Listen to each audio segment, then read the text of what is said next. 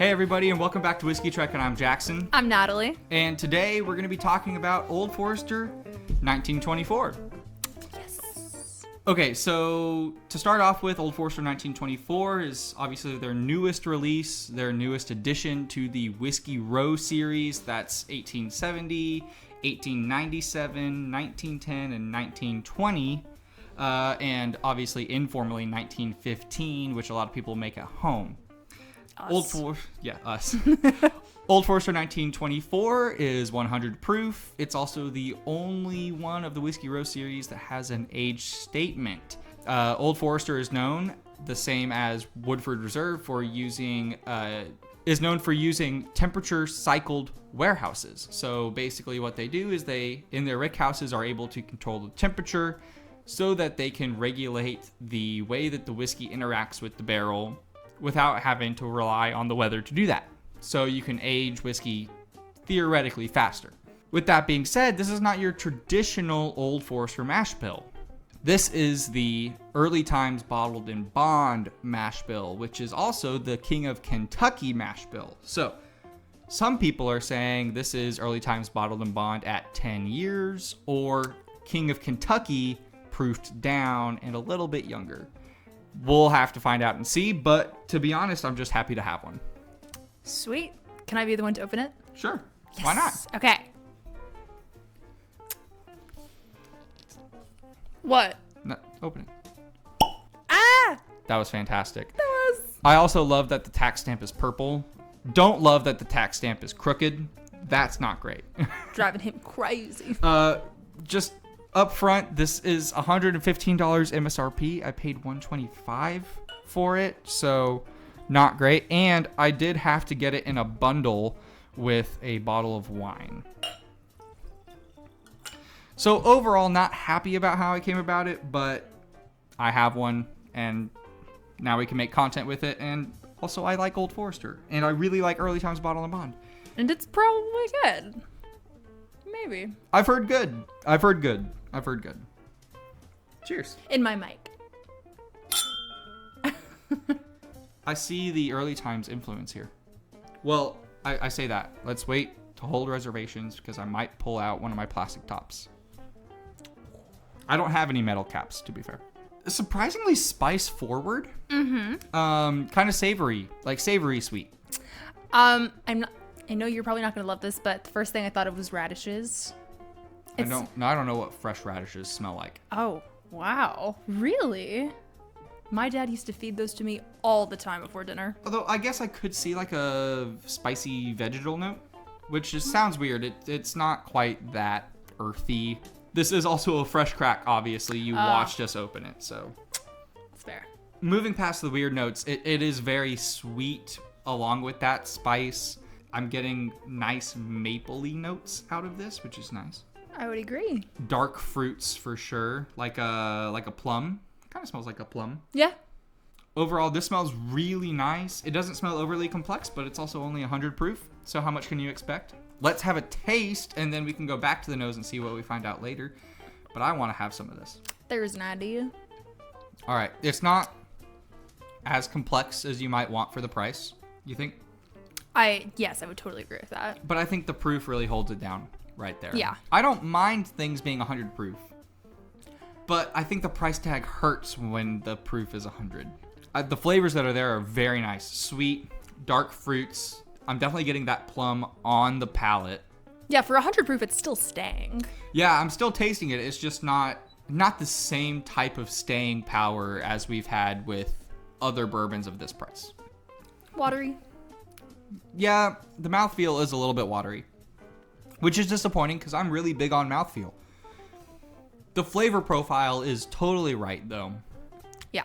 I think that this hits what you want out of a Old Forester product, but it just feels like it's lacking. I think if you price this at $75 or $80, it doesn't feel nearly as bad as it does at $115. Does it remind you of the wedding blend at all?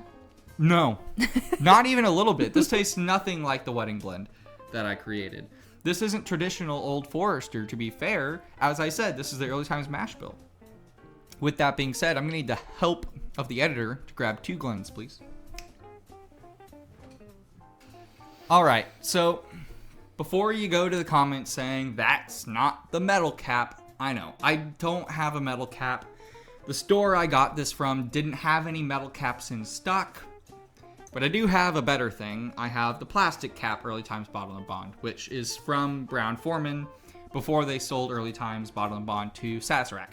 Same juice, I know the whole thing, right? But the early blends of Early Times Bottle and Bond from Sazerac didn't quite hit the same mark that these Brown-Formans do. I've heard that they've gotten better, so I'm very excited to try a new metal cap, but this is what we've got on hand right now. So, same mash bill, same proof, same distillery. Let's see how different they are at 4 to 6 versus 10 years. Let me also just be totally honest and say that I think this is the best deal of bourbon in the last 10 years. Early Times Bottle and Bond plastic cap was $23 for a liter where I am. When it was available, it was $23 for a liter, and it beat Old Forester 1897 for me, which is also Bottle and Bond Old Forester. It beat the Orange Label 100 proof Old Forester. Basically everything. How does Old Forester 1924 compare to Early Times Bottled and Bond plastic cap? Ooh. Wow. It was really different. Yeah.